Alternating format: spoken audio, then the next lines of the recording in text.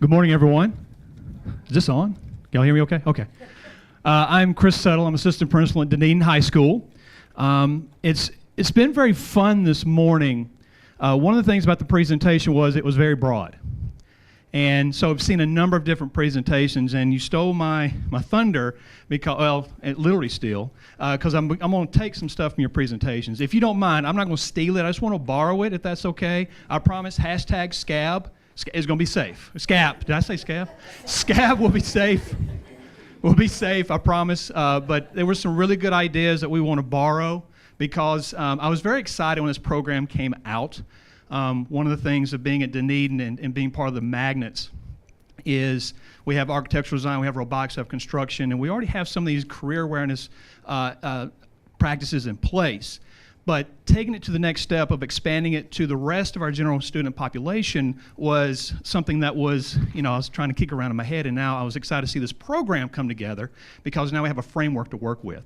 When we looked at the summer internships and looked at the rising seniors, we targeted 87 students. We had 28 fill out applications. We're going to be following up with them next week and talk about the next steps with the internship process, the resume process, and really get them excited about their potential for the summer. So, and I know this program will continue on next year and the year to follow and the year to follow. And I think it's a really, really good opportunity for all of our students to have exposure to careers that traditionally don't know of.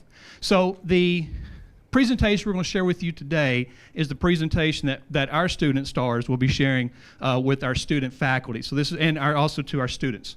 We're already putting together programs to share in the classrooms, but also to be sharing with our faculty actually on Monday and be sharing with our students. So this is our presentation that we'll be doing here in just the very near future. So I'm going to turn things over to Ms. Rebecca Kershaw. She is my department head for the Academy of Business and Technology, also to my advisor for FBLA.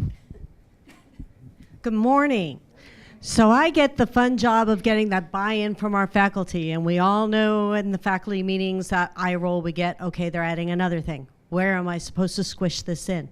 So one of the big takeaways that I got from all of this were 3 things that every single person from Duke Energy said is important for our students to know. Oral communications, written communications, and problem-solving skills. And that's stuff we're already doing in our classrooms. So I just need to show our faculty that they can reinforce these things right there in the classroom with the things they're already doing.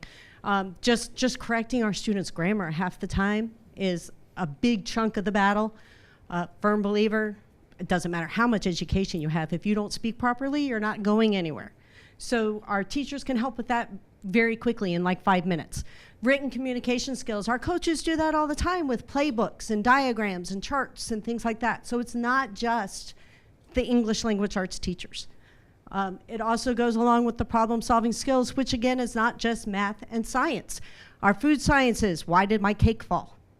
They've got to figure it out in all different ways. So I'm hoping that in our meeting on Monday, I can show our teachers that all of this ties into those soft skills that really are not as easy as they sound like they should be for our students and are so valuable.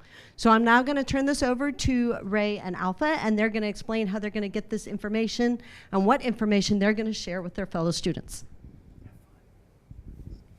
Hi, my name is Ray Dwelly. I'm in the Academy of Business Technology, and so this is our presentation that we're going to be giving to the student body. Now I'm going to start off with asking you guys a question. What is the single most important thing in our lives? Are there any guesses? It's money, of course. That cold hard cash. We all love it. You can't do anything without cold hard cash. So financial security is seriously the #1 thing that we can do to have the things that we need in our lives. Without financial security, we don't know what the next day will bring.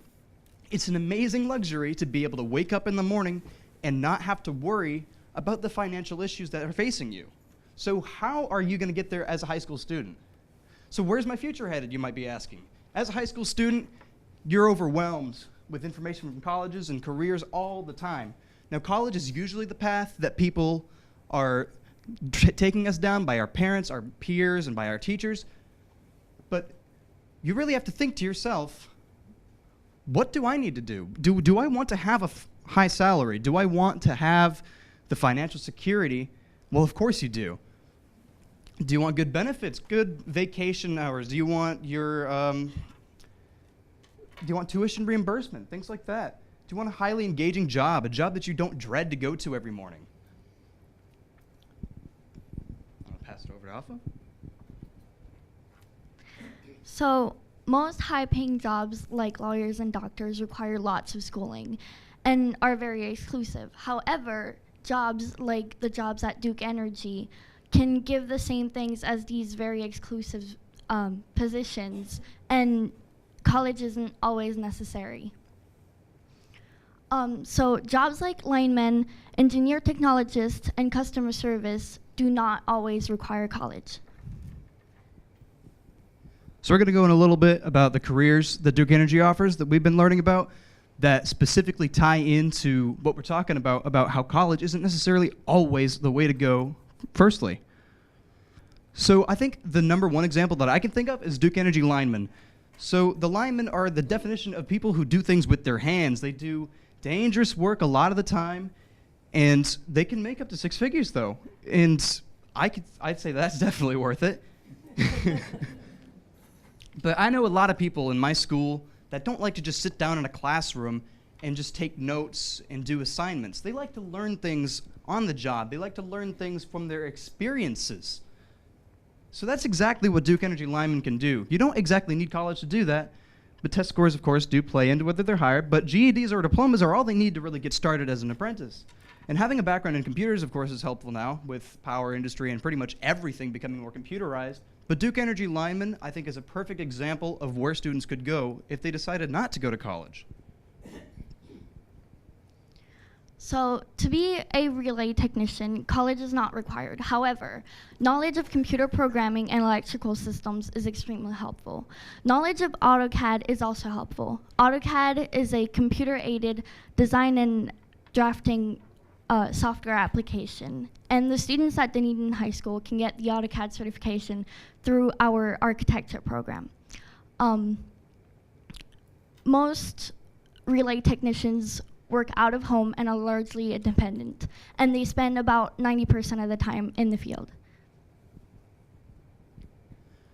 Now, when you think of power, you always think of your lights turning on, your TV's turning on, your computer's turning on. But you ever thought to yourself how we actually get that power? So here we've got this video, which actually we were already shown in this, but since this is supposed to be going to our student body, we're going to show a little bit about how combined cycle power works.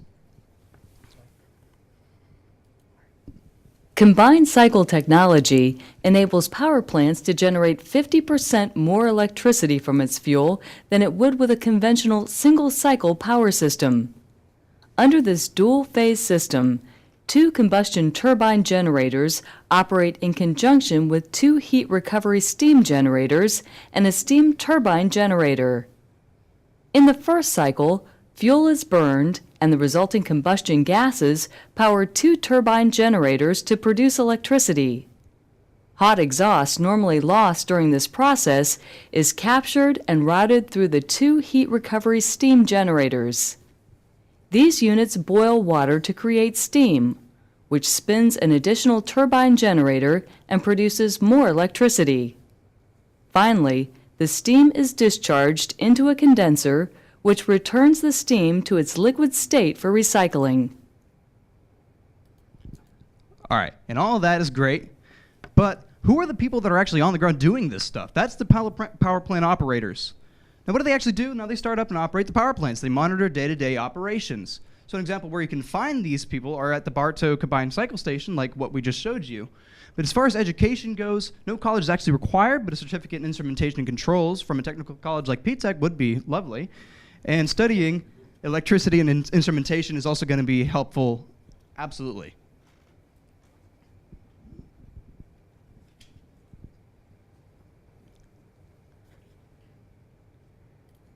So you're probably asking yourself, how does this apply to me? Well, college isn't always a necessity. Technical schools like P-Tech can provide useful certifications that are inexpensive compared to college degrees that can provide high-paying jobs. Duke Energy can provide many quality jobs, for less schooling than most, allowing some people to escape from student loans and crushing debt. Duke Energy has many positions that train you so you can earn as you learn. And that's all for our presentation. I'm going to pass it off to Mr. Settle here. Thank you very much. Thank you, Ray and Alpha. Outstanding job. Thank you, Ms. Kershaw. She did a lot of work with Ray and Alpha to get that presentation put together, and we're excited to continue to share this with our own stakeholders and our populations. The last piece, of course, is the community piece, and that's where, of course, I come in. I'm already getting on our local Chamber of Commerce agenda to share with our local businesses. And really, it's two populations in the community we're talking to. One, of course, is the business and getting those business partnerships together, but also our parents. One of the things I know from my generation, when a lot of you are some in my age range, college was it. That was the path. Well, as shared earlier, times have changed. And, you know, for someone like me who has not had to be in the job field or look for a job in 15 years when some of these students weren't even born yet, you know, it has changed. And so we do need to be aware of those changes, and we need to be able to articulate that to our parents that, you know what, there are opportunities, lucrative opportunities outside of the necessary 4-year degree. We don't want to discourage our students, but also, too, we want to encourage those students that, you know, college ain't for me. But you can be successful, and that's what we're all about, student success. So thank you very much.